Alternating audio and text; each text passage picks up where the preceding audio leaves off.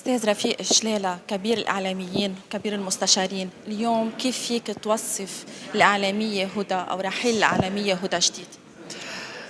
رحيل هدى شديد يعني مأساة لكل اللي عرفها ولكل اللي اشتغل معها كل اللي وقف حدها بأزمتها الصحية اللي كانت قاسية عليها كتير.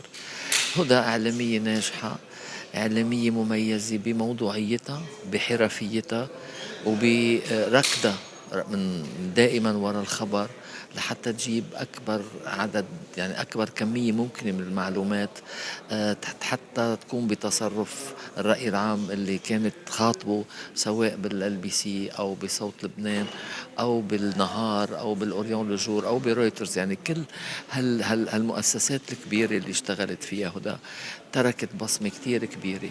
ونحن رفقات اللي كل يوم معها نشعر اليوم قديش خسارتها كبيرة وقديش صعبة تتعوض. كنا عارفين انه هدى ذات يوم رح ترحل عنا بسبب هالمرض الخبيث اللي اصابها، لكن لما رحلت فعلا ما قدرنا، يعني ما عم نقدر نتحمل هالغياب، وعم نحس كتير قديش حتترك فراغ كبير صعب ينملي، يعني صعب. صحيح.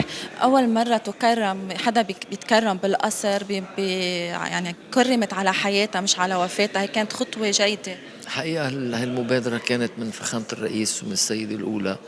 أرادوا يكرموها لهدى، مش بس لأنه أمضت 25 سنة ربع قرن بالقصر الجمهوري، بل أرادوا من خلال تكريمها تكريم الإرادة، لأنه هدى كانت إرادة، واجهت بإرادة صلبة وبمتانة صلبة المرض الخبيث اللي أصابها. كان تكريمها تكريم مزدوج لنجاحاتها الإعلامية وأيضا لإرادتها القوية وعنادها في مواجهة ومقاومة هالمرض. لذلك كان التكريم.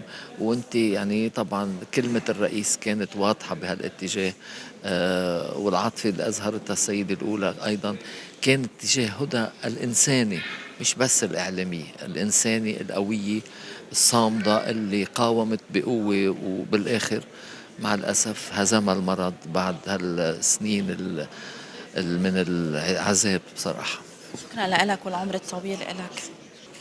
إذا مثل ما استمعنا عن الأستاذ رفيق شلالة إنه التكريم بالقصر كان تكريم للإرادة الصلبة يلي تحلت فيها الإعلامية الراحلة هدى جديد، وهذه الإعلامية كرمت وهي على قيد الحياة، وأيضا ستبقى ذكراها حتى لو رحلت في نفوس محبيها وفي نفوس متابعينها أيضا.